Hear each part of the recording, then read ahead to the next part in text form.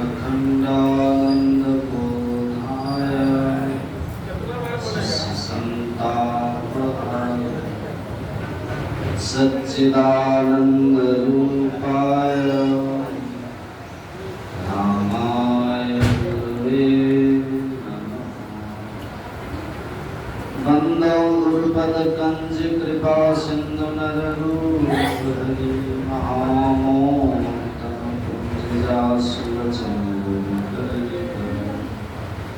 बोलिए प्रेम से श्री सद्गुरु महाराज और महाराज सद्गुरु महाराज के युगल पाद पद्मों में नमन। मुझ पाद महर्षि सत्संग परमानंद महाराज के पावन चरणों में नमन। परम आदरणीय सत्संग प्रेमी महान भावों, धर्मानुरागिनी माताओं एवं धर्मशिलाओं,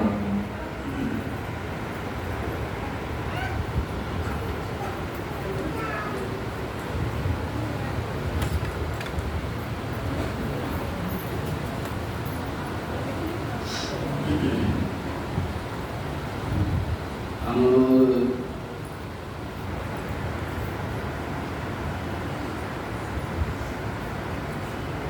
आज यहाँ रामनवमी के अवसर पर और श्री पंकज कुमार जी के सुपुत्री जिनका नाम परी है, उनके जन्मदिन के अवसर पर आयोजित सत्संग में यहाँ उसके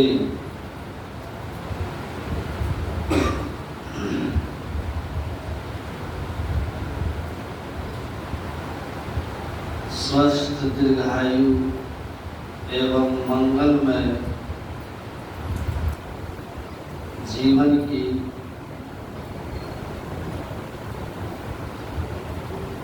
आशीर्वाद शुभकामना प्रार्थना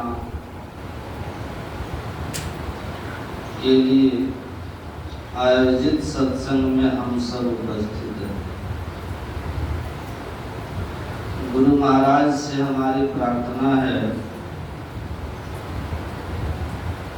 कि इस बच्ची का जीवन सुखमय हो, भक्तिमय हो, दीर्घायु हो। बोलिए श्री।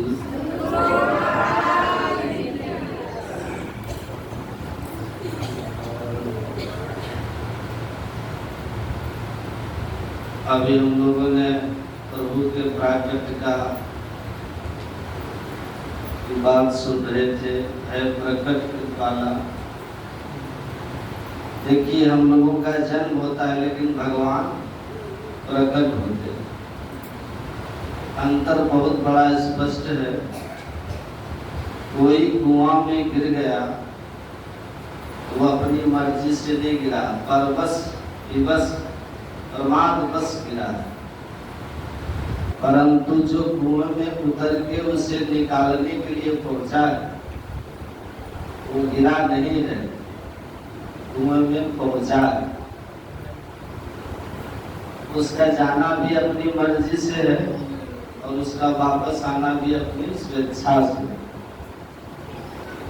तो ये संसार भवकूप है। हम और आप अपने कर्मों के अधीनस्थ होकर के इसमें गिरे हुए। निकलना तो खुद चाहते पर निकल नहीं पाते। परंतु भगवान जो आए हैं संसार में, अब रूप में प्राणियों का उद्धार करने के लिए अपनी मर्जी से उतर के आए। वो हम लोगों की तरह विवश होकर के, कर्माधीन होकर के जन्म नहीं लिए। वो अपनी इच्छा से आते हैं, अपनी इच्छा से जाते हैं। निज इच्छा निर्मित तन। उनके शरीर का निर्माण भी ब्रह्मा जी हमारी तरह आपकी तरह नहीं करते। हमारा आपका शरीर ब्रह्मा जी ने बनाया, परंतु भगवान का शरीर ब्रह्मा जी नहीं बनाते। आप प्रकट भय विधि न बनाए, अपनी मर्जी से प्रकट होते। इसलिए प्रभु के शरीर में भी पांच भौतिक विकार नहीं होता। देह देही का विभाग भी नहीं होता। देह देही विभागोयम ईश्वरे नैव विद्यते। हमारा शरीर चित जल पावन गगन समीर से बना हुआ है, और भगवान का चिन्मय बपू है, चिदानंद में देह तुम्हारा। भगवान का चिन्मय बपू, इसलिए जन्म में और अवतार में बहुत बड़ा अंतर है।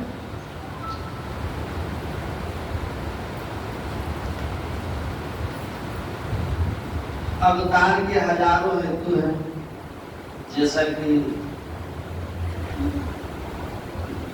भोलेनाथ ने भी भवानी से कहा कि इदमित्थम कहे जात न सोहे। इसीलिए ही भगवान का अवतार हुआ, ऐसा कोई नहीं कर सकते। ऐसा हमको प्यार करने वाला कोई नहीं, क्योंकि सारी दुनिया के बाप खुद ही बने हुए थे। जो देखता वो हमसे यही कहता, तुम्हें वो माता पिता, तुम्हें वो, तो सारा संसार हमको मैया बाप बना नहीं। तो जब हमारा कोई माँ बाप है ही नहीं, तो फिर हमको मैया जैसा स्नेह देने वाला कोई नहीं। परंतु मन बहुत है कि हमको भी कोई मैया अपने दिव्य वात्सल्य से अभिभूत करे।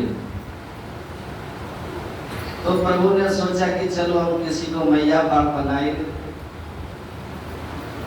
और जगत का बाप किसको अपना मैया बाप बनाए? संकोच तो लगता ही है ना। आपका बच्चा आपके साथ आपको जबरदस्ती हाथ पकड़ के अपने साथ खेलने को विवश करे कि हमारे साथ खेलो, तो आप खेलने के लिए तैयार भी हो सकते हो। पर खेल में यह तो ये कहे कि आए तुम हमारे बेटा बोलो, हमको पापा जी बोलो, तो शर्म तो लगेगी। बेटे को कौन बाप कहे? भले खेल में ही सही, संकोच तो लगेगा। तो भगवान को लगा भले खेल में ही सही, पर हम किसको अपना मैया बाप बनाए भाई? सो भगवान ने अवतार तो लिए, पर बिना मैया बाप। जैसे नरसिंह अवतार हुआ, मैया बाप का काम ही नहीं, खंभा फाड़ के निकल गए। मत्स्य अवतार हुआ, कच्छप अवतार हुआ, इनके कहीं मैया बाप का नाम सुना? बिना बाप। तो भगवान को लगा अवतार भी ले रहे, परंतु आनंद नहीं आ रहा। बिना मैया बाप के आनंद आ ही नहीं सकता। तो पहली बार माता पिता बनाया भगवान ने वामन अवतार। अदिति माँ बनी, कश्यप जी पिता बने, अब उनके बेटा बन के भगवान वामन रूप में आए, और बड़ा भारी उत्सव मना हुआ। उपनयन का प्रतिबंध हुआ। तो जो माता ने कोपी धारण कराई, कश्यप जी ने मेखला पहनाई, वामन भगवान को खुद सजाया, ऋषि मुनियों ने भी बड़ा भारी उत्सव मनाया। तो भगवान को बड़ा अच्छा लगा। ये मैया बाप बनाने में तो बड़ा आनंद आता है, बड़ा स्नेह मिलता है। किंतु जब बलि के दरवाजे जाके अपना विराट रूप दिखाया और 2 चरणों में पूरे ब्रह्मांड को ही नाप लिया, तो मैया बाप खुद ही हाथ जोड़ के खड़े हो। ये तो सारी दुनिया का बाप निकला भाई। अब जिसने अपने पुत्र का वह विराट रूप देख लिया हो, तो फिर किस मैया बाप की हिम्मत है जो दोबारा गोद में लेके खिलाए? तो भगवान को लगा सब रस भंग हो गया। थोड़ा सा आनंद मिला तो सही बेटा बनने का, परंतु अपना विराट रूप दिखा करके फिर सब रस भंग कर दिया। फिर दोबारा बस ये स्नेह मिलने का। तो प्रभु ने कहा चलो अब की बात ऐश्वर्य को पूरा कुर्सी पे टांग करके पक्के बेटा बन के आएंगे, पूरा पूरा आनंद मिलेगा।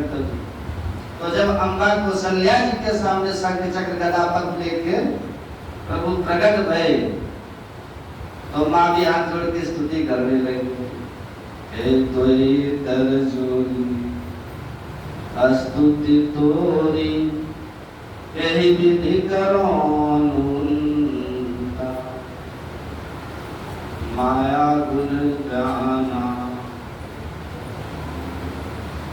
प्रीत अमाना तेना पुराण बनता। जैसे मैया ने हाथ जोड़ के स्तुति करना चालू किया, भगवान बोले माता जी बस करो, मैं आपसे अपनी स्तुति सुनने थोड़ी आया हूँ। स्तुति सुन सुन के वैकुंठ में मेरे कान पक गए, जो आता है मेरी महिमा ही गाता है। तो माने का फिर क्यों आए हो? बोले मैं तो आपका वात्सल्य पाने आया हूँ, अपना लाड प्यार मुझे दो, मेरे कान भी खींचो, डांट भी लगाओ, जैसे मैया पुत्र पर स्नेह बरसाती है वो स्नेह पाने आया हूँ आपसे। माने का यदि ऐसा स्नेह पाना था तो फिर बेटा बन के आना था, आप तो पूरे पिताजी बन के खड़े हो। श्री सद्गुरु आपका यह रूप बेटा जैसा थोड़ी है, आप बेटा बनोगे तब बेटे जैसा स्नेह पाओगे। भगवान बोले माता जी हम कई बार बेटा बने पर बनना आया नहीं, आप बताओ मैं कैसे बनूं। माने का वो मैं सिखा दूं कैसे बेटा होना चाहिए। बोले बताओ। माने का सबसे पहले तो ये दो हाथ गायब करो, दो ही हाथ रख दो, चार हाथ वाले कहीं बैठे होते, ऐसा कहीं बेटा हो भी गया तो पूरी मीडिया टूट पड़ेगी। बागेश्वर धाम को छोड़ करके सब वही जगह चार हाथ वाला कौतूहल कौतुक बालक पैदा हुआ। तो ऐसा मुझे वो अजीब बालक नहीं चाहिए, जैसे सामान्य शिशु होते हैं ऐसे ही बनो। तो आप गायब करो, और ये जो शंख चक्र गदा पद्म ले रखे हो ये भी सब देखो। बच्चे कोई लाठी बंदूक लेके पैदा थोड़ी होते, ठीक है वो भी करेंगे। और बताओ। बोले ये जो कपड़े पहन रखे पीताम्बर आदि ये भी सब उतार के फेंको, बच्चे कोई कपड़े पहन के पैदा नहीं हो। जैसे संसार के बच्चे पैदा होते हैं ऐसे ही आपको होना पड़ेगा, और उसके लिए ये सब छोड़ना पड़ेगा। शंख चक्र गदा पद्म छोड़ो, कपड़े भी त्यागो, अलंकार भी फेंको, और जैसे सामान्य शिशु होते वैसे बन जाओ। तो जैसा जैसा माँ कहती गई वैसे वैसे भगवान बनते गए। माता पुनि बोली सोमति डोली तजहु तात यह रूपा, और कीजे शिशु लीला अति प्रिय शीला, यह सुख परम अनुपा। कीजे शिशु लीला, छोटे से बच्चे बन करके लीला करो, ये भी बड़ा दिव्य आनंद होता है, सरकार ऐसे नहीं मिलेगा। यह सुख परम अनुपा, इस अनुपम परम सुख को पाने के लिए तजो यह रूपा, इस रूप को जोड़िए तो असली बेटा बनिए। तो जैसा जैसा माने कहा भगवान वैसे वैसे बनते गए, और दो हाथ वाले नन्हे से बालक बन के किलकारियां भरने लगे। वहां से कहा अब तो कोई कमी नहीं रह गई, पक्का बेटा बन गया ना। माने कहा हाँ बन तो गए पर थोड़ी सी कमी अभी और है, अब क्या कमी रह गई। माने का ये मुस्कुराना बंद कर दो, रोना चालू कर दो। भगवान ने कहा हमें कोई कष्ट नहीं, कोई परेशानी, हम फालतू में क्यों रोवे। माने का ये कष्ट परेशानी वाली बात नहीं है, ये संसार का नियम है। बच्चा पैदा होते ही रोता जरूर है। अब बच्चा पैदा होते ही कदाचित न रोवे तो घर वाले रोने लग जाते हैं, हे भगवान कितनी देर हो गई अभी तक बच्चा रोया क्यों नहीं, कहीं गुंगा पैदा तो नहीं, घबरा जाते परिवार के। इसलिए नियम पक्का है तो रोना तो आपको भी पड़ेगा, परेशानी हो चाहे। भगवान बोले बड़ा दूसरी तो संसार रोना भी पड़ता है बिना मतलब के। बोले ठीक है हम भी रो देते। तो सुन बचन सुजाना रुदन ठाना, ओए बालक सुरभूपा, यह चरित जिगावे हरिपद पावहि, तेरा पर भवपूपा। जैसे प्रभु ने उच्च स्वर से रोना चालू किया तो सुन शिशु रुदन परम प्रिय वाणी, संभ्रम चली आए सब रानी। जो रोने की आवाज महलों में गूंजी, दास दासियां रानी महारानी जितने थे, जैसे वाल्मीकि रामायण के अनुसार अनेक रानियां थे, दशरथ के 3 प्रमुख थे, इसलिए संभ्रम चले आई सब रानी। और जो दशरथ जी महाराज के कान में खबर पड़ी कि लाला हुआ है तो मानो ब्रह्मानंद समा, तो ब्रह्मानंद में डूब गए। 3 प्रकार का आनंद होता है, विषयानंद, ब्रह्मानंद, परमानंद। तो आज विषय वस्तु के सेवन से जो आनंद मिलता है, बढ़िया रसगुल्ला का आनंद आ गया, बढ़िया संगीत सुना सुन करके आनंद आ गया, बढ़िया रूप देखा देख करके आनंद आ गया।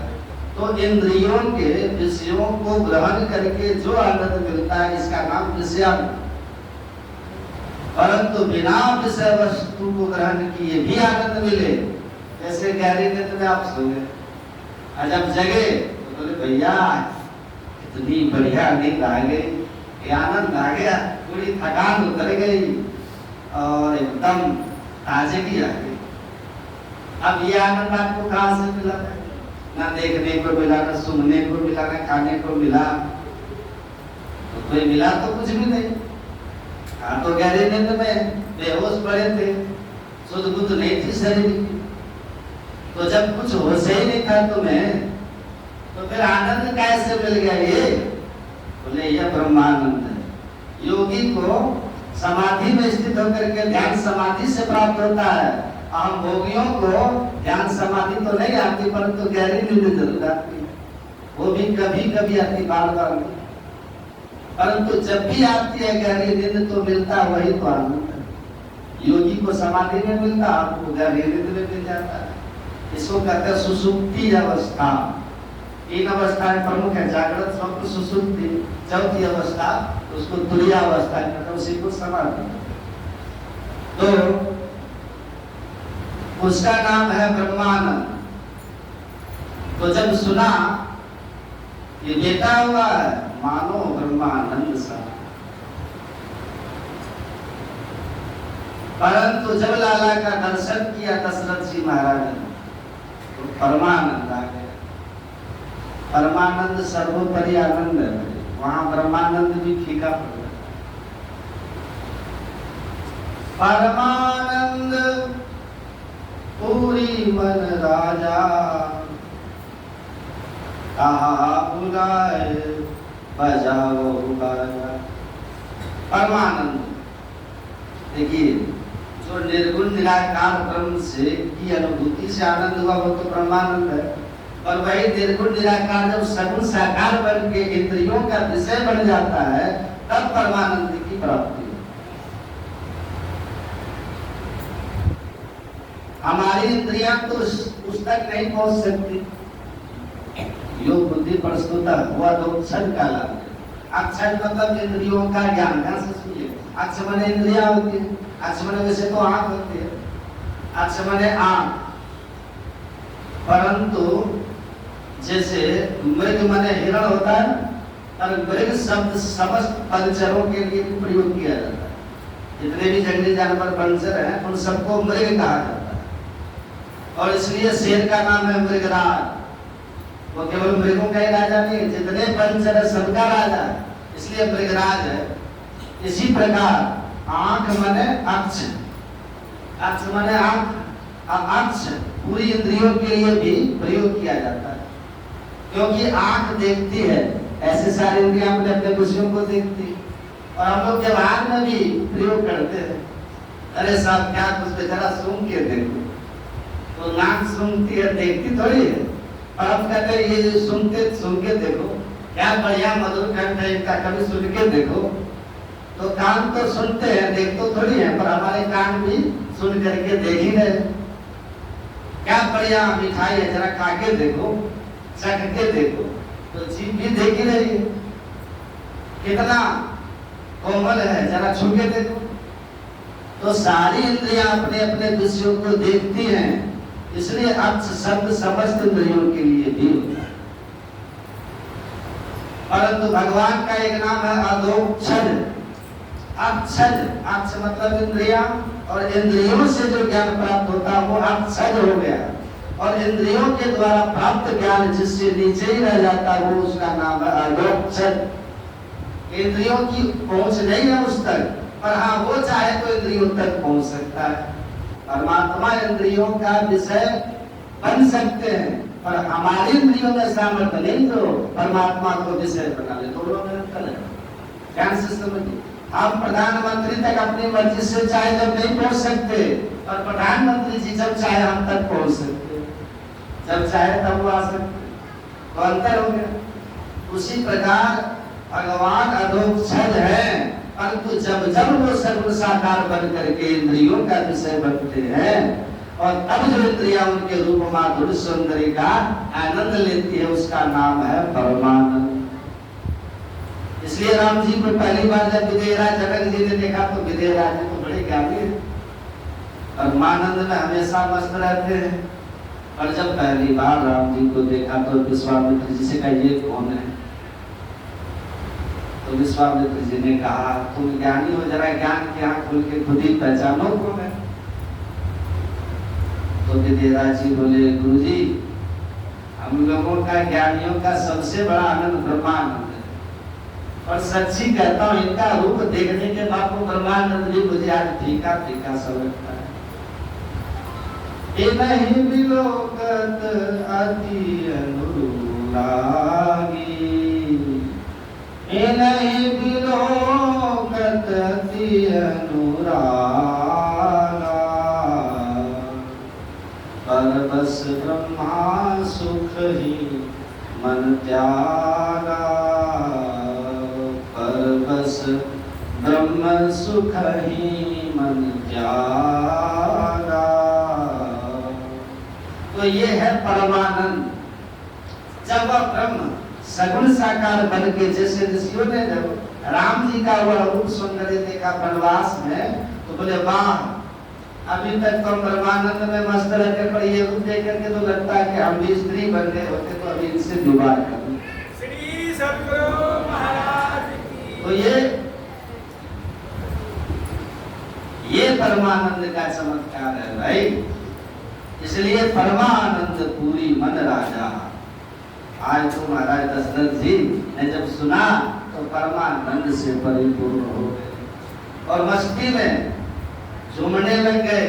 कहा कि भाई बुलाओ सबको, अब बैंड बाजे बजने दो, बधाइयां गबने दो। फिर तो उम्र पड़ी अवध हुई, नर नारी सब झूमने लगे और नाचने लगे और गाने लगे। तो आज रामनवमी का अवसर था, इसलिए थोड़ी सी चर्चा। और देखिए, पिछले जन्म के बहुत सारे यज्ञों को पुनर्जन्म में हम लोग किए हुए होंगे, उसके पुण्य के फल से यहाँ तक हम सब आए हैं। ये सत्संग में आप बैठ गए हैं, ये साधारण बात मत समझना। पिछले जन्म के बहुत सारे शुभ कर्म, पुण्य कर्म, बहुत जन्म जन्म तक के या हुआ पुण्य फलीभूत हुआ, तब यहाँ तक आए। ये मेरे वचन नहीं है, भगवान श्री राम के ही वचन है, धर्म शास्त्रों के वचन है, वेदों के वचन है। ये विभिन्न तरह के कर्म कांडों से होने वाले पुण्य जब पंजीभूत होते हैं तो हमको सत्संग में आने का शुभ अवसर मिलता है, और यहाँ से शुरू होता है मोक्ष में जाने का मार्ग। यहाँ से प्रारंभ हुआ भक्ति, जो मुक्ति की सीढ़ी है। तो हम लोग बहुत भाग्य वाले कि पुण्योदय हुआ है, ईश्वर की कृपा हुई है। जब पुण्योदय और ईश्वर की कृपा होती है, दोनों मिलती है, अब जाके सत्संग मिलता है। और हम लोग भाग्यशाली हैं कि सत्संग में हम लोग बैठे हैं। इसीलिए कहा बड़े भाग पाई सत्संगा। क्योंकि इससे बढ़कर नहीं कछु दुर्लभ ज्ञान समाना। ज्ञान से दुर्लभ कोई चीज नहीं। सब सुख का आधार क्या है? ज्ञान। जिनके पास भौतिक विद्या का ज्ञान जितना बड़ा है, वो संसार की सुख सुविधा उतना ज्यादा अपने जीवन में बरकरार पाते हैं। जिनके जीवन में अध्यात्म का ज्ञान जितना अधिक है, वो अपने अंदर के आत्मिक रस का उतना ही उपभोग करके मस्त हो जाता है।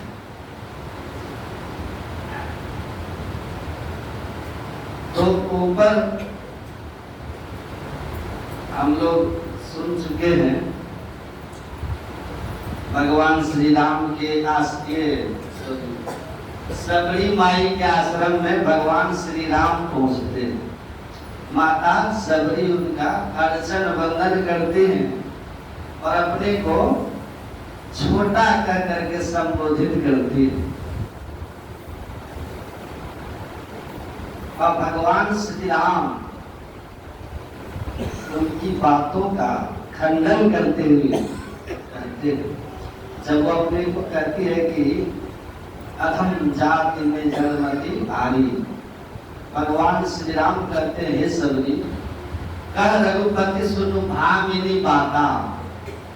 इतनी कृपा थी ना माता सबरी, उनके पति उनको छोड़ करके भाग गए थे कि ले जाएंगे तो बच्चे सब डर जाएंगे, लोग कहेंगे चुड़ैल उठा के लाया। लेकिन भगवान श्री राम उनको सुंदरी कह के संबोधित करते। कहते जाति पाति कुल धर्म बड़ाई धन बल परिजन गुण चतुराई भगत हिन नर सोहई कैसा बिनु जल बारिश देखिए जैसा। कर रघुपति सुनु भामिनी बाता मान हो एक भगति करना था, एक भक्ति का नाता मानता। जाति पाति कुल धर्म धन बल परिजन, ये आप इसमें कितना भी आप बड़े हों ऊंचे हों, इनसे भगवान का कोई रिश्ता नहीं। जो भगवान की भक्ति में है, भगवान का उन्हीं से संबंध है। भगवान के नजर में वही विशेष है, वही सुंदर है और वही सुंदरी है, वही विशेष। एक बच्चा था, एक गुब्बारा बेचने वाले के पास गया और उस बच्चे ने गुब्बारे वाले से पूछा कि अंकल, ये जो काले रंग का गुब्बारा है ये भी उड़ता है क्या? आकाश में ये भी उड़ता है? सब गुब्बारे को हवा भर भर के नहीं बेचते हैं, धागे से बांध करके बेचते हैं। तो कहा अंकल ये गुब्बारा भी आकाश में उड़ता है, ये काले रंग वाला? कहाँ बेटा ये भी उड़ता है। कहा ये हरा रंग वाला ये भी उड़ता है क्या? कहाँ ये भी उड़ता है। कहा ये पीला, ये नीला, सफेद, ये एक करके पूछता गया क्या ये भी उड़ता है, ये भी उड़ता है आकाश में? देखिए उस गुब्बारे वाले ने कहा बेटा, आकाश में उड़ने के लिए गुब्बारे को रंग की कोई जरूरत नहीं। रंग के आधार पर गुब्बारे आकाश में नहीं उड़ते। गुब्बारे को आकाश में उड़ने के लिए अंदर में हवा की जरूरत होती है। जिस गुब्बारे के अंदर हवा होगा वो गुब्बारा ऊपर उठेगा, रंग चाहे कुछ भी हो। और जिसके अंदर में हवा नहीं, वह नहीं ऊपर उठेगा। उसी तरह परमात्मा की दृष्टि में श्रेष्ठ बनने के लिए और लोक में भी पूज्य होने के लिए आपके बाहर की सुंदरता, बाहर का रंग, बाहर की जो आपकी जाति है, पाति है, सोशल स्टेटस है, प्रॉपर्टी है, आपकी जितनी भी बाहर उपलब्धियां हैं, ये सब बाहरी कलर है, ये अलग अलग कलर है, ये आपको ऊपर नहीं ले जाएंगे। भक्ति में आप ऊपर नहीं उठ सकते, ईश्वर की नजर में आप श्रेष्ठ नहीं हो सकते, और ना ही ये संसार आपको पूज्य मानेगा। ऊपर उठने का एकमात्र उपाय है कि आप अपने भीतर से कैसे, भीतर भीतर अगर आपके अंदर भक्ति भाव भरा है, हरि का भजन करे जो कोई, असुर नीच से ऊंच सो। रविदास की महिमा हम लोग गाते हैं ना, रोज करते हैं। क्या करते हैं? साधु सुंदर सुपच रवि, रविदास जाति के मौची थे, उनकी महिमा हम सब गाते क्योंकि भीतर से वो सुंदर थे, सद्गुणों से भरे थे, भीतर से भक्ति भाव से भरे थे। आप ऐसा कहिए कि भीतर का जो सिंहासन था उनका हृदय सिंहासन, वो विकार मुक्त होकर के ईश्वर को प्रकट कर चुका था। इसलिए भीतर की गुण ऊपर उठा, अपने भीतर के गुणों को बढ़ाइए, आप अपने ऊपर उठिएगा। यशास भक्ति भगवत किंचना सर्वे गुणे तत्समास्ते सुरा। भागवत महापुराण में भगवान श्री कृष्ण उद्धव जी से कह रहे हैं, जिस व्यक्ति के हृदय में परमात्मा की भक्ति स्थिर हो जाती है, सारे सद्गुणों के साथ समस्त देवी देवता और ईश्वर उस हृदय में प्रकट हो जाता, आदमी गुणों के खान हो जाता। गुरु नानक देव जी कहते सारे गुना के दाम सद्गुणों की खान हो जाते, ऊपर आप उठ जाएंगे। माता सबरी अंदर से, बाहर का कलर बहुत खराब है माता सबरी का, लेकिन भीतर बड़ी सुंदर है, भीतर हवा बहुत शुद्ध है, अच्छी है।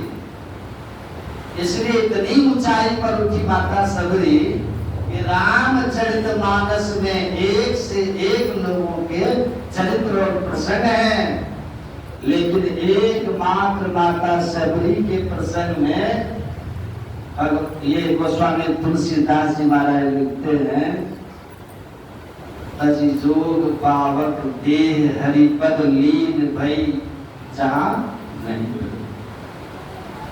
योगाग्नि में वो भगवान के सामने ही अपने शरीर का त्याग करके परमात्मा के उस धाम में, मोक्ष धाम में चली गई जहां नहीं फिरे, जहां से ये जीव इस दुखमय संसार में नहीं आता।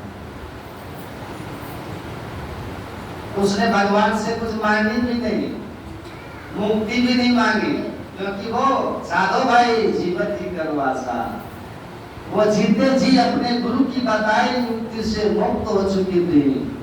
केवल गुरु के आदेश का पालन करने के लिए अपने शरीर को बचा कर रखी थी, क्योंकि गुरु ने कहा था कि राम का अवतार जब होगा सीता हरण होगी, तो सीता की खोज करते हुए राम इस आश्रम में आएंगे, तुम तब तक उनका इंतजार करना और उनको बता देना कि सीता का पता लगाने के लिए कौन कौन सहयोगी होगा।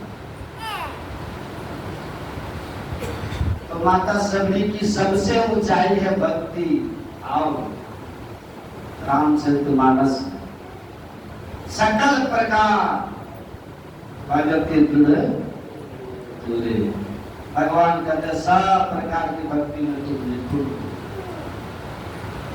तो माता सबरी सच्चे सदगुरु मातंग ऋषि की शरण में रही थी और उनकी सच्ची युक्ति उनको मिली थी, इसीलिए वह अंतर साधन करके अपने अंदर की जो अग्नि को प्रकट करके और सारे विकारों को स्वाहा कर दी।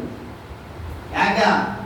काम स्वाहा, क्रोध स्वाहा, लोभ स्वाहा, मोह स्वाहा, ईर्ष्या द्वेष सब स्वाहा, सब स्वाहा। शुद्ध पवित्र निर्मल मन जन सो मही पावा। तो अपने अंदर की योगाग्नि जो दो रूपों में हम सबके अंदर है, प्रत्येक मनुष्य के अंदर में ज्योति और नाद के रूप में, उसको माता सबरी ने प्रकट किया था, प्राप्त कर लिया था। उसी योगाग्नि में शरीर का त्याग किया। जो भी अपने शरीर का त्याग इस राज से करते हैं, मोक्ष में जाते हैं। बाकी और किसी रास्ते से तन के 9 द्वार है ना, 2 आंख 2 कान मुंह नाक के 2 नीचे मलमूत्र, ये 9 के 9 द्वार में से जीव जब निकलता है जम के फांस में बनता है, अब बढ़िया पकड़े जब ले चला कोई संग न साथी है।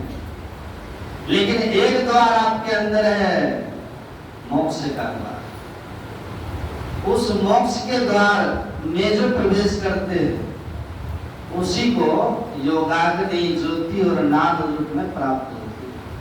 वह अमृत है। गगन मंडल में आधा कुआं, कहाँ अमी को बासा, असगरा है सो भर भर पिए, निकला जाए पियासा। ये उल्टा कुआं गगन में तिसमें जले चिराग। जब अपना खोपड़ी है ना उल्टा कुआं है, कुआं का मुंह भर के होता है ना, आप बाल्टी डाल के पानी निकालते पीते हो और तृप्त होते हो। लेकिन ये कुआं उल्टा है, इसके यहाँ पर घुसने का रास्ता है, बिल्कुल उल्टा कुआं है। इसमें अमृत है। गुरु गोरखनाथ जी महाराज कहते हैं, संत कबीर साहब कहते हैं, सदगुरु महाराज भी कहते हैं, सुखमन के छीना नाल से अमृत की धारा बह रही, अमीन सुरत धार दरभाटा से शिरा चढ़ी रही। तो अमृत की धारा बह रही है सुषुम्ना के छीना नाल से। गुरु नानक देव जी भी यही कह रहे हैं, सुख मन के घर राग सुन, 9 दरवाजे 9 दर फीके, 10वें अमृत रस चूजे। 10वें द्वार में अमृत का वास है, अमृत रस है। गुरु नानक देव कहते 10वें द्वार में जाओ अमृत मिलेगा। ये 10वां द्वार असली गुरु यही ज्ञान देते हैं। गुरु महाराज के प्रवचन में सहजो गाय की एक वाणी का अर्थ करते हुए वो कहते हैं, भया जी हरि रस पी मतवारा, 8 पहर चुमत ही पीते डाल दियो सब भारा। कहते ये हरिरस पी के मतवारा कम होते हैं। और ये हरिरस है क्या? रस है वसा, वो परमात्मा रस रूप है। कौन सा रस है वो? कहता हरिरस। किस रूप में मिलता है वो? तो कहा गुरु महाराज जी कह रहे हैं कि आप पिघला ऊपर पहुंचे सुखमन बात उठाना, आया जी हरिरस पी मतवारा। साधु भाई कहते हीरा पिघला ऊपर पहुंचे सुखमन पाटुघारा, हीरा तिष्ठति बामेन पिंगला दक्षिणेन तू, तयोर मध्य वरद स्थानम यस्तम वेद सवेदमित। वेद भगवान कहते हैं बाई आंख की दृष्टि की धार को हीरा, दाहिनी को पिघला कहते हैं। दोनों के मध्य में जिसको शिव नेत्र कहते हैं, पुरुर मध्य सच्चिदानंद तेजा कूट रूपम तारकम ब्रह्मा। दोनों आंखों के ठीक मध्य में वहां शिव नेत्र में अमृत का वास है।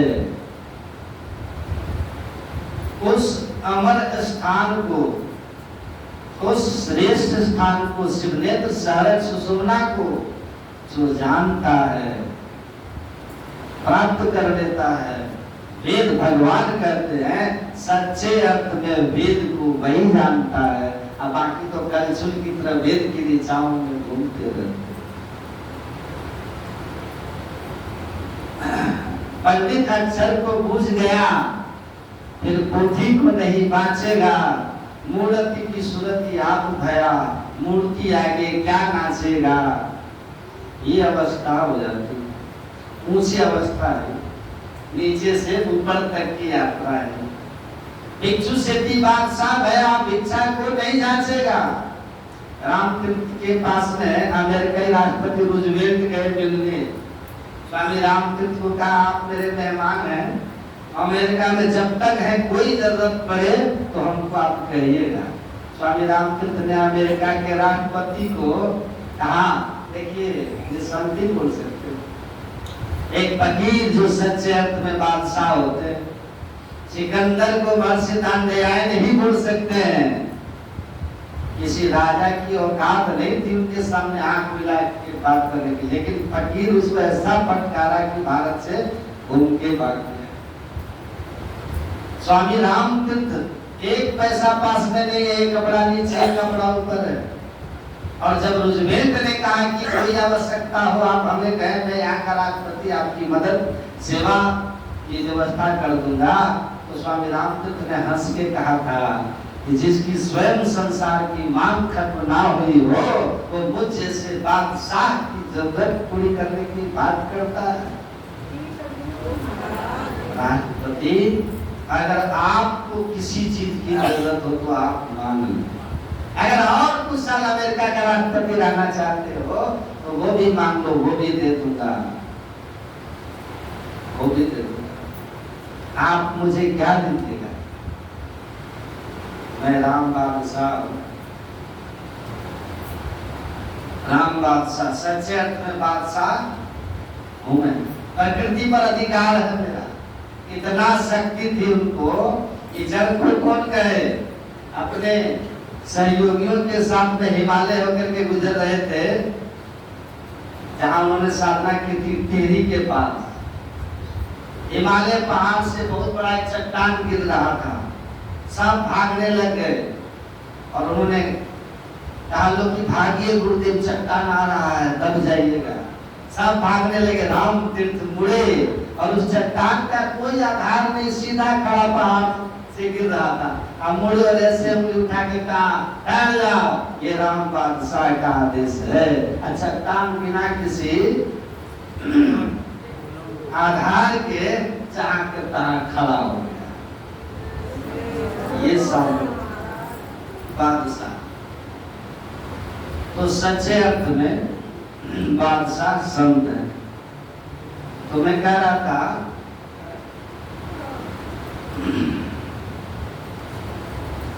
कि यह संसार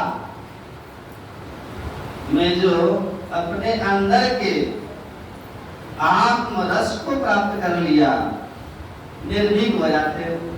भगवान श्री कृष्ण का अभयम, अभयता, उसके जीवन में किसी तरह का भय नहीं। अपने अमर स्वरूप को जिसने पहचान लिया उसे अब भय कैसा? अभय।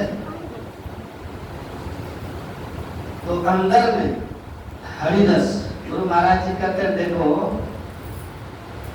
ये जो अंदर का हरिरस है ना, ये प्राप्त कैसे होता है? एक मंत्र का जप करने से। मंत्र जाप मंत्र विश्वासा पंचम भजन सो एक प्रकाश।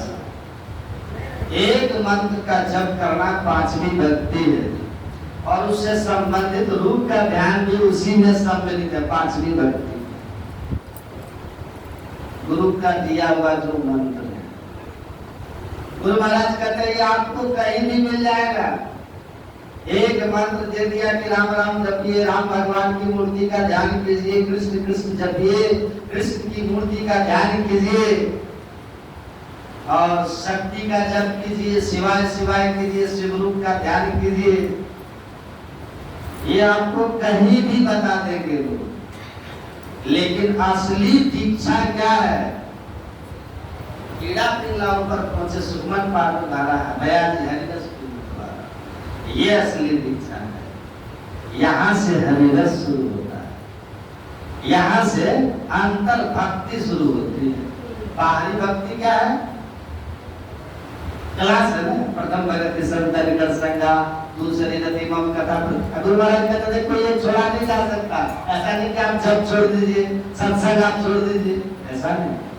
गुरु पद पंकज सेवा, तीसरी भक्ति अमान, चौथी भक्ति मम गुरु करे कपट तनिका, मंत्र जाप, तब छठ, तम शील विरति बहु कर्मा, निरंतर सज्जन धर्मा। छठी भक्ति जहाँ से शुरू होती है वो यही, इस तरह से आप अंदर में प्रवेश करके हरिरस को पान करके उस अपने को अमर कर लेंगे या उस योगाग्नि को प्राप्त कर लेंगे जो योगाग्नि बिंदु नाद रूप में, ज्योति नाद रूप में आपके अंदर में है, और आप माता सबरी की तरह ही परम गति को प्राप्त कर लेंगे। ये छठी भक्ति का ज्ञान ये बड़ा दुर्लभ है, ये सूक्ष्म भक्ति है, ये अंतर की भक्ति है। इसलिए कहा कि पंडित अक्षर को बूझ गया फिर पोथी को नहीं पा सका। जान गया संसार के पीछे मत भागो, हरि के पीछे भागो। हरि योग सेवम भाव में मां की सारी जरूरतों की पूर्ति करे। जो वही भजे भजू में वाको गल न पड़त छिन एक घड़ी और तो जन्म जन्म का बंधन राखों सुख आनंद करी। तो भगवान कहते हैं आप उनका भजन करेंगे ना तो आपको हमेशा वो याद रखेंगे और आपके बंधनों को वो काटेंगे। संसार में भी जो चाहिए उसकी सारी व्यवस्था है। कहते हैं ठीक से अगर शास्त्र को समझ लिया युग क्षेमम बहान में हम तो किसी राजा के दरबार में जाके उसकी दरबारी गीत नहीं लिखेगा।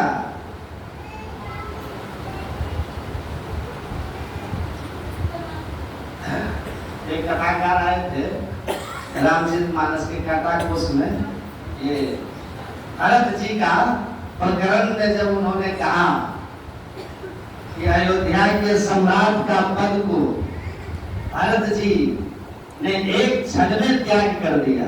भरत जैसा त्यागी होना दुर्लभ है। रामचरितमानस राम जैसा मर्यादा सिखाता है तो भरत जैसा त्याग नहीं सिखाता। त्याग सबसे बड़ी चीज है। त्याग से शांति आती है। इतना सुंदर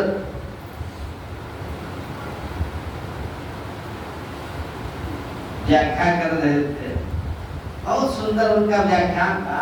भरत मिलाप था। तो कुछ बाबा है सब प्रकार का स्वर्णमयी थे। उनके भरत के त्याग और विरह की जो व्याख्या थी उनकी वो सुन करके बड़ा ही उनको भी विलक्षण लगा। उन्होंने कहा वाह। लेकिन जब उनकी विदाई हो रही थी वहां और वो आए थे 1.25 लाख रुपये में कथा करने के लिए और कमेटी के लोगों ने उनको कहा कि बाबा चंदा कम हुआ है, चढ़ावा तो आपको 2-3 लाख हो ही गया है, पैसा सोना कपड़ा 25,000 छोड़ दीजिए। तो उन्होंने कहा कथाकार ने कहा हमारा प्रोफेसर है, इस पे कोई समझौता नहीं होगा, मैं 2 दिन रुक सकता हूँ, आप चंदा करके दीजिए लेकिन छोड़ने वाला नहीं। तो जो लोग थे ना वो कुछ बाबा को कह रहे थे कि इनका भरत के विराग पर बोला हुआ प्रवचन का क्या अर्थ है बाबा। उन्होंने कहा कि सुनाने के पैसे लेते। इसीलिए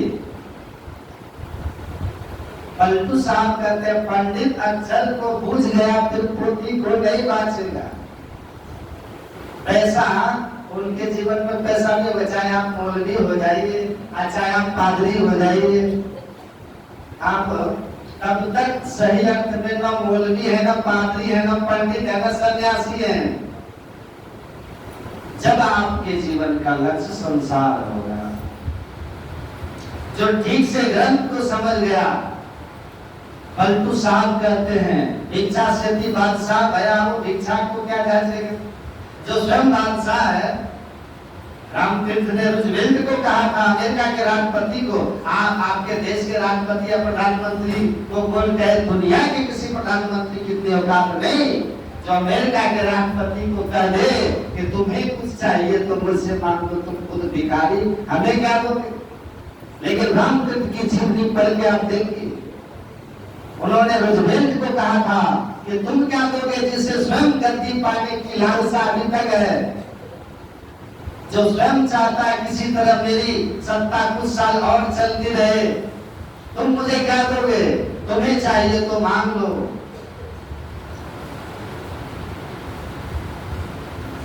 तो कहते हैं स्वयं बादशाह हो गया, कुछ नहीं चाहिए, जा आगे चिंता मिटी मनवा में परवाह आपको कछु नहीं चाहिए सोई शहंशाह। आजाद शत्रु के सेवा में एक सेवक रहता था, भगवान बुद्ध के प्रवचन से प्रभावित होकर चला गया, साधु बन गया, सन्यासी बन गया। अजात शत्रु जब उससे मिलने गया तो पैर फैला करके बैठा हुआ था वो। अजात शत्रु गए, अब वो कहते अरे कम से कम पैर तो समेट लो, ये आदत तुम्हारी कब से हो गई पैर फैला के बैठने की। अजात शत्रु के उसी के कभी सेवक रहे उस सन्यासी ने कहा पैर फैलाना उसी दिन से मेरी आदत बन गई, जिस दिन से मैंने हाथ फैलाना छोड़ दिया। हाथ फैलाना छोड़ दिया, फिर फैलेगा।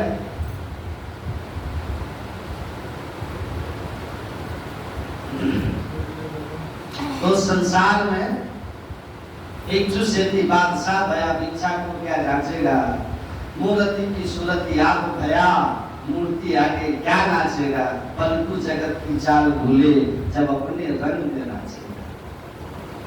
परंतु साहब कहते हैं संसार की चाल से आपकी चाल अलग हो जाएगी।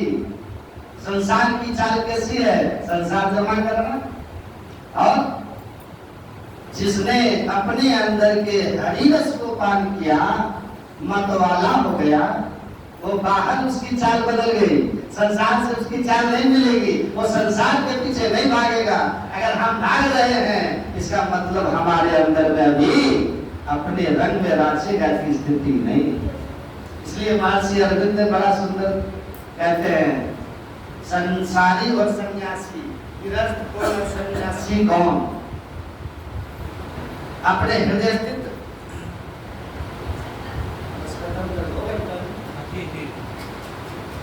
वो कहते हैं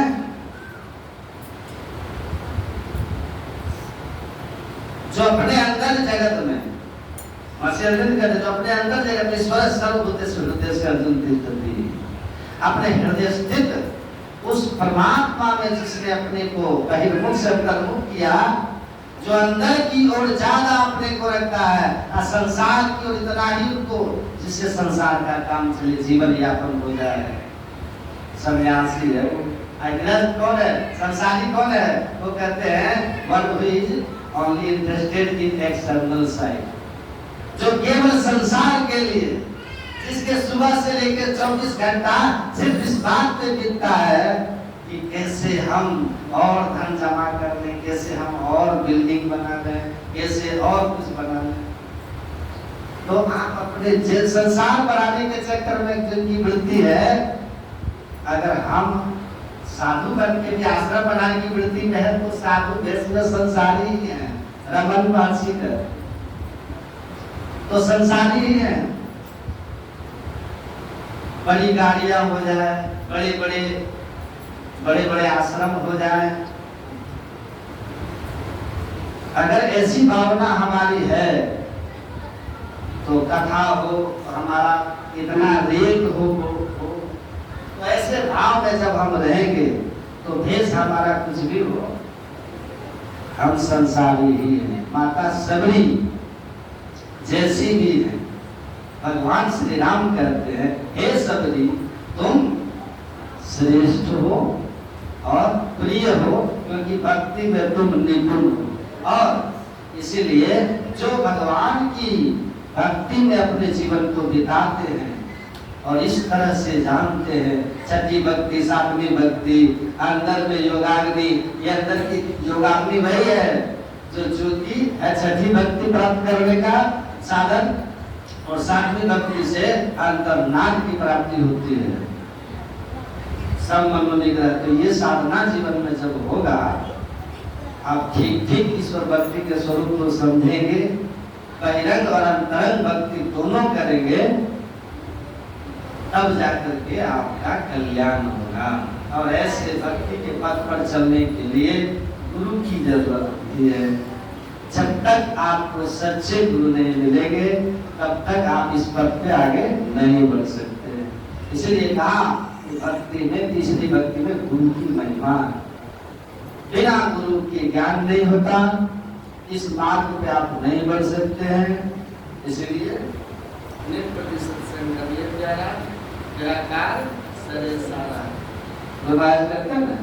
यही ध्यान भजन करना है, जीवन इसीलिए मिला है। अब बाकी सब अगल बगल की चीज है ना, वो हमारा उद्देश्य नहीं, उद्देश्य तो मोक्ष है। इसीलिए करोड़ों काम छोड़ करके, सबसे ऊपर ईश्वर की भक्ति है, करोड़ों काम छूट जाए लेकिन ध्यान सत्संग नहीं छूटे, ऐसी दृढ़ता के साथ रहिएगा तो कुछ दिनों के बाद बीज अभी डाली है, वृक्ष बनेगा, जब फल लगेगा ना तो एक आम का बीज जो लगाए थे ना, वो हजार हजार आम लेकर के हर साल आएगा। इंतजार करना पड़ता है, लगन से लगाए हुए वृक्ष की रक्षा करनी होती है बाढ़ डाल करके। जब पेड़ बन जाएगा तब गदगद हो जाएगा। तो गुरु महाराज की कृपा बनी रहे आप सब लोगों पर। ये परी के जन्मदिन के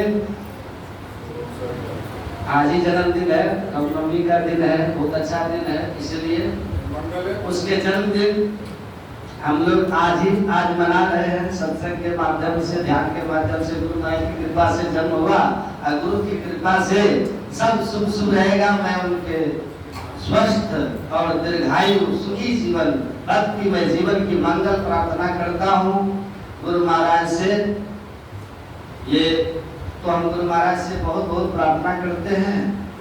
उस बच्ची मनोज ये पंकज बाबू की पुत्री का भविष्य मंगलमय हो और पूरे परिवार जो है उनके अंतःकरण में सत्संग के प्रति इसी तरह की श्रद्धा, इसी तरह का प्रेम, तो सबके सुख के लिए, सबके मंगल के लिए, सबके कामना करता हूँ। मैं गुरु महाराज से प्रार्थना करता हूँ। और आप सभी जो यहाँ पर आए सत्संग में ध्यान किए, सबके सब पर भागी हैं, धनभागी हैं। और आप सब लोगों के लिए भी मेरी शुभकामना है। बोलिए श्री सतगुरु।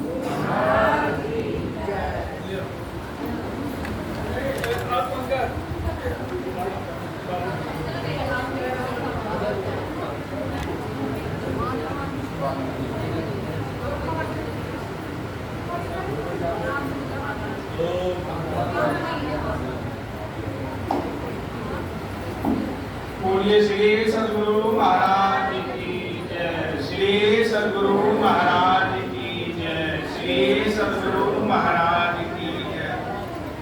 माल्यार्पण का कार्यक्रम होगा बस 5 मिनट।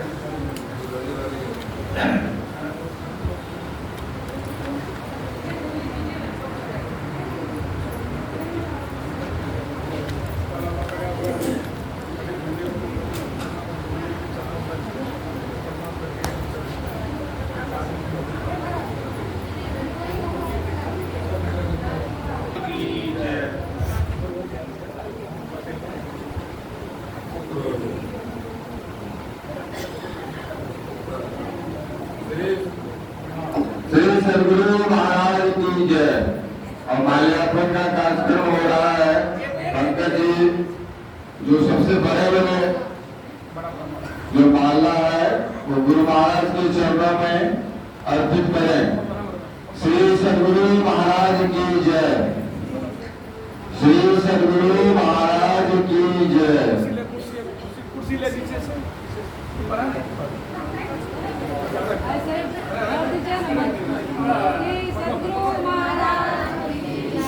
श्री सद्गुरु महाराज की जय। श्री सद्गुरु महाराज की जय। श्री सद्गुरु महाराज की जय। श्री सद्गुरु महाराज की जय। तो हमारे पास श्री सद्गुरु महाराज की जय।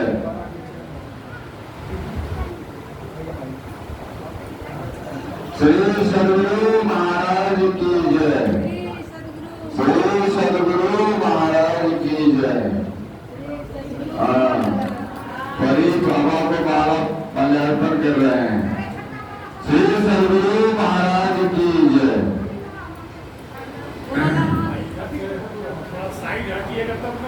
फोटो होगा।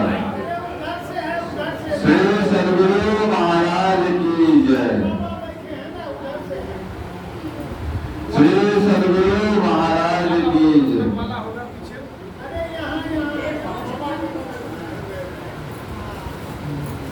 तेरी माला